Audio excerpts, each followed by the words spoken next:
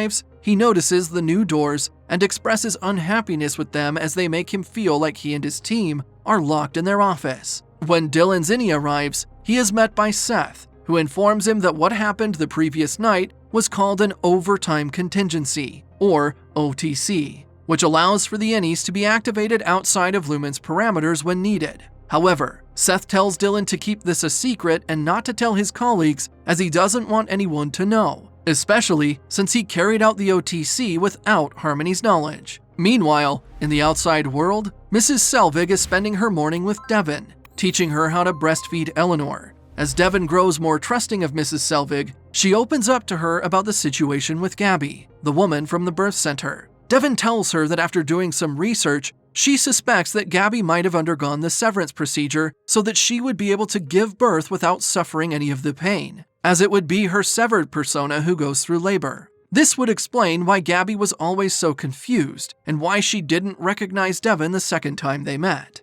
Mrs. 𝐒𝐤𝐬𝐬, feigning ignorance, gives a humorous response that makes light of the whole thing, as if it's all probably just in Devon's head. In MDR, Irving expresses his desire to see Bert, fearing that he may be facing punishment for their visit the previous day. Unexpectedly, Seth enters the office, wheeling in a table loaded with a record player, vinyl records, and musical instruments. He announces to Helly that this is a music dance experience to celebrate her nearly reaching 75% of her quarterly quota as a refiner. Helly chooses her preferred genre, and the team begins to dance and to enjoy the music. However, Dylan remains seated at his desk, fuming at Seth for refusing to tell him his son's name.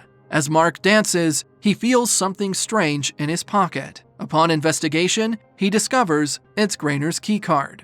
Unsure of how it got there, or what to do with it, he discreetly slips it back into his pocket.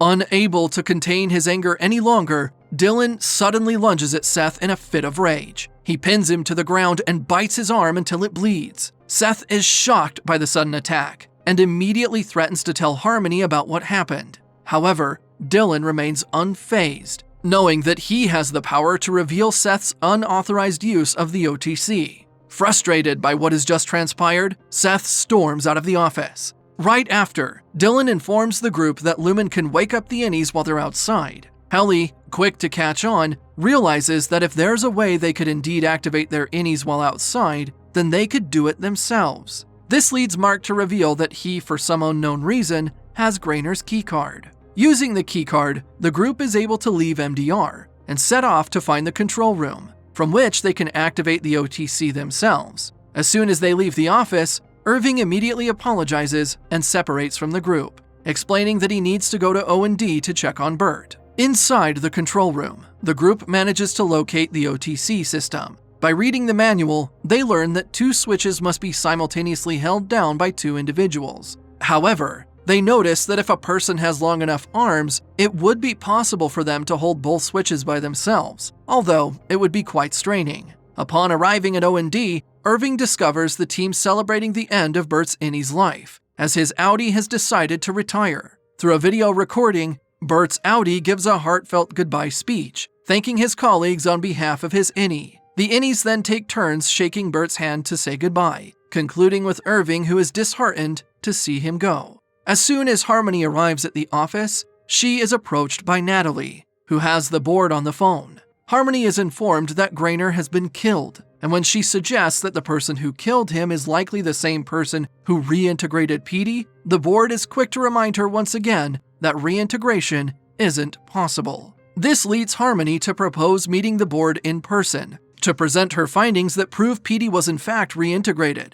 Intrigued by this, the board agrees to meet her at the Egan family gala the following week. In the evening, Mark has been drinking when Alexa comes over to pick up her phone. Mark tries to get her to stay and apologizes for his behavior before, pretending that the problem was that he talked about Gemma too much, even though he knows that wasn't the issue.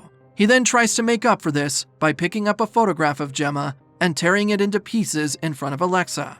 Disturbed by what Mark just did, Alexa leaves the house, gets inside her car, and drives away. Regretting his actions, Mark starts gathering up the pieces of the photograph and tapes them back together, all while reminiscing about the things he loved about Gemma. Despite looking at the picture often, Mark fails to realize that Gemma is still alive, as the photo reveals that she's in fact Miss Casey, the wellness counselor at Lumon.